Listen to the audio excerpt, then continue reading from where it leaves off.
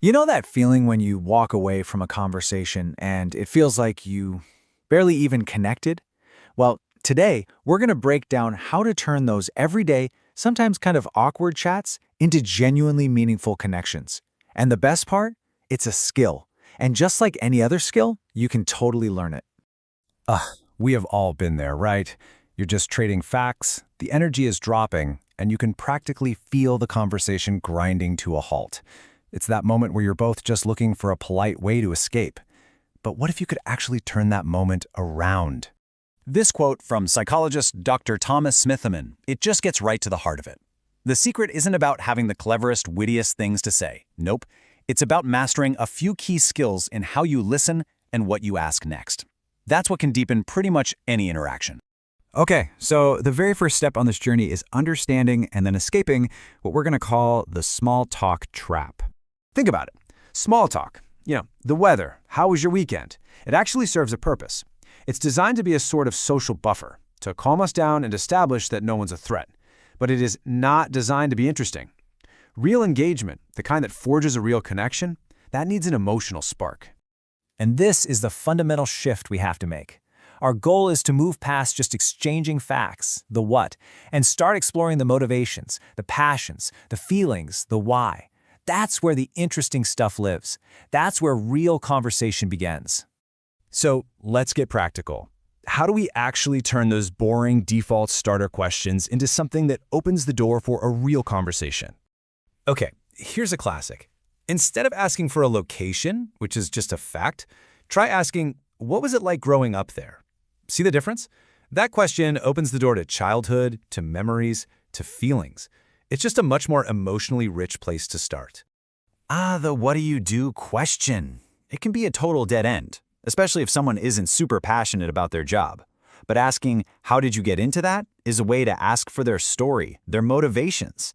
And hey, if you sense their job is a bore for them, just pivot. Ask something like, what did you want to be when you were a kid? Are you starting to see the pattern?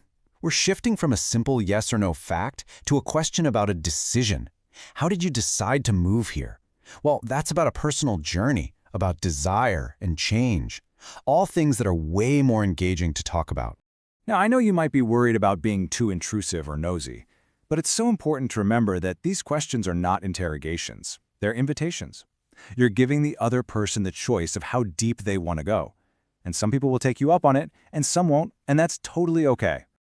All right, so asking better questions is a huge step. But to really get there, you need more than just a technique. You need a whole new mindset. Just look at this comparison. When we talk to strangers, we're often so stiff and formal, right? We're guarded.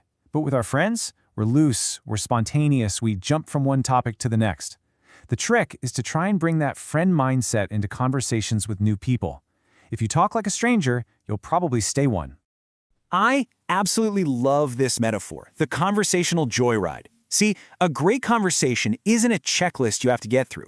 It's about following the energy. If one topic sparks an interesting tangent, go on that ride. Don't be the person who stubbornly tries to drag the conversation back to your original question. That just kills the vibe.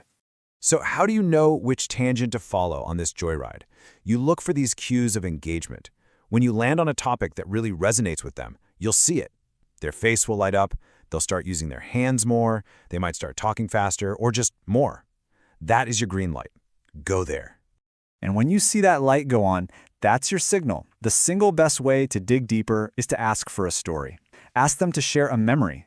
We are literally wired to connect through stories. And honestly, most people love sharing them. So this brings us to the other side of the coin. It's not just about what you ask, it's about how you listen. And great listening isn't passive. It's an active gift you give to the person you're talking to. This is so important. Your real goal as a listener isn't just to be quiet while they talk. It's to make them feel truly seen and understood. Your energy shouldn't be focused on what you're going to say next, but on really, truly getting what they're sharing with you. So how do you do that? Well, first, you use back channels. These are just those simple little verbal and nonverbal cues like nodding, saying, wow, or totally, to show you're following along. Second, ask curious follow-up questions that prove you are actually listening. And third, you co-create the story with them. React, gasp, laugh, be their audience. Help them bring their story to life. And here's the amazing result of all that. When you are a truly engaged listener, you actually make the other person a better, more confident storyteller. It makes them feel more interesting, which encourages them to open up and share more, and that deepens the connection for both of you. It's a win-win. All right, let's bring all this together. We've escaped small talk, we're asking better questions, we're learning how to listen, so what's the ultimate goal we're working toward here? The foundation of everything is something called psychological safety. When you listen with genuine engagement and without judgment, you create a space where the other person feels safe enough to be a little vulnerable. And without that safety, a real connection is basically impossible. So what happens in that safe space? You start searching for what psychologists call a shared reality.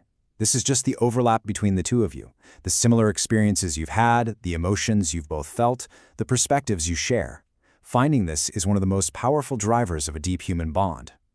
So really, what this all comes down to is a shift in your purpose. Your job in a conversation isn't to win a debate or prove how smart you are. If what you want is connection, your job is to find those areas of common ground, those little moments of shared reality, and just lean into them, celebrate them. That is how a real bond is forged. And that leaves us with a final thought to take with you.